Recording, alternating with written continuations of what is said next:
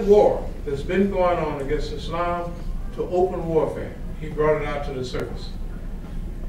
And he's such an ignorant man that this dummy declared war on all the Muslims at the same time. Now, British colonialism, those of you who understand British colonialism, they would never do that, right?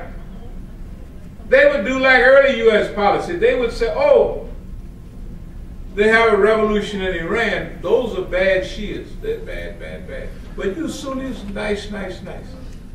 That's the way it was during the 80s and early 90s. George Bush come in, he said, forget all of that. We're going after all of them. What did George do? He attacked us all and he unified everybody.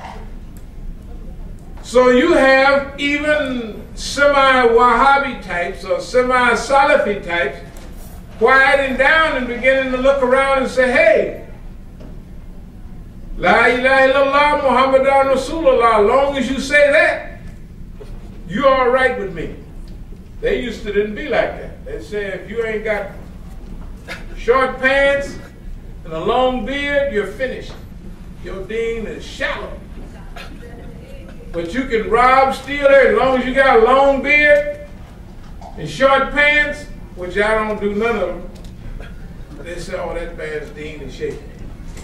But now, after George unified the whole Muslim world. I'm telling you. It's called Wahda. He did something that none of us could do. George Bush. And I want to tell you just a little bit about the paradigm shift so you'll understand the geopolitical situation right now. It came clear a couple of years ago in the summer. The Israelis invaded Lebanon on the 12th of July, 2006. And everybody said this is a great tragedy. But on the 14th, we gave a khutbah called Bashira, which means good news, you know.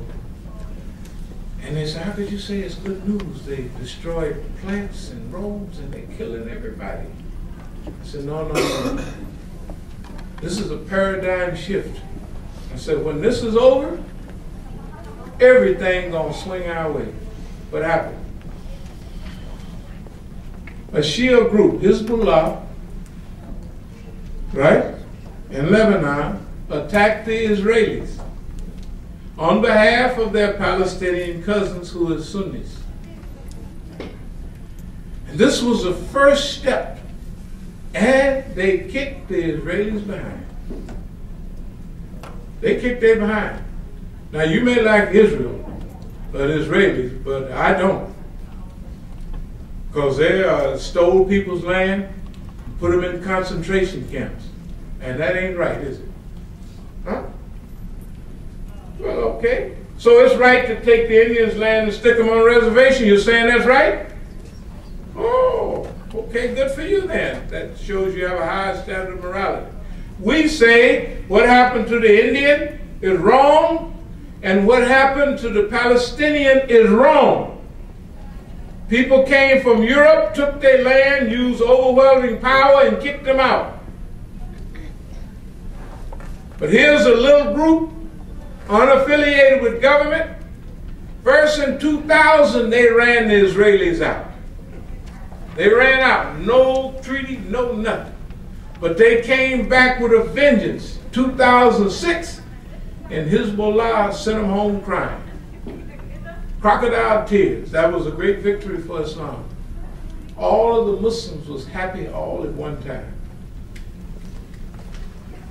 And against the wishes of Saudi Arabia, Egypt, Jordan, and those other stooges, all of the Muslims were happy at one time and we were unified. This is a great victory for Islam. And guess what? It's a great victory for you too. Because we're a victim of this oppression, but guess what? You're a victim too. Because they send your son, your daughter over to Iraq to slaughter people, and you don't even know why. They send your son and daughter to slaughter people in Afghanistan. This government bombed Afghanistan into rubble. But guess what? It was already rubble. Afghanistan has no reason to go fight anybody in Afghanistan. But guess what? George Bush does not study history. Has anybody ever heard of Khyber Pass in history? Khyber Pass, Khyber Pass. The great British Empire was stopped at Khyber Pass by the Afghans. The United States 5 years ago was the greatest military power in the world. Everybody was in ruku, in fear of the United States. In the last 3-4 years, the United States is the laughing stock of the world. Afghanistan, daisy cutters, 15,000-pound bombs, didn't do the job. Afghanistan is on the rise. Why is they on the rise?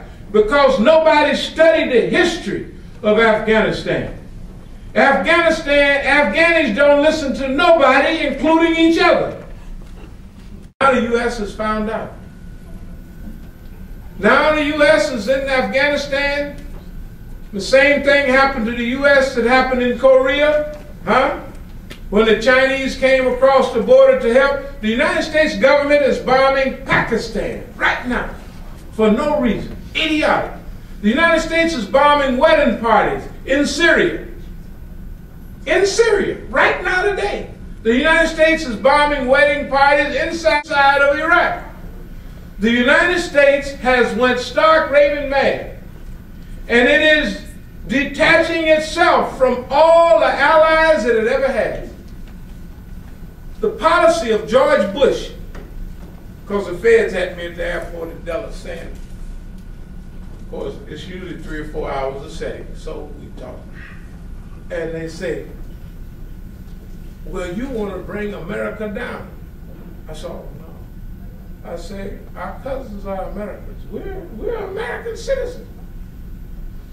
I said, I'm trying to get out of the way of you falling on top of me.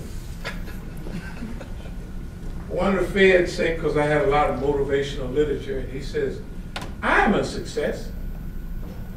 I said, you see the Titanic, young man? He says, yes, a good movie. But I said, you remember that guy Dawson or what have you that won the ticket on the Titanic? Yeah. I said, first, you would say he was a success, right? I said, yeah. He said, but he went down when the ship went down. I said, America is a Titanic. It's already hit the iceberg. I said, when George stole 2 elections in a row, said that was a godsend.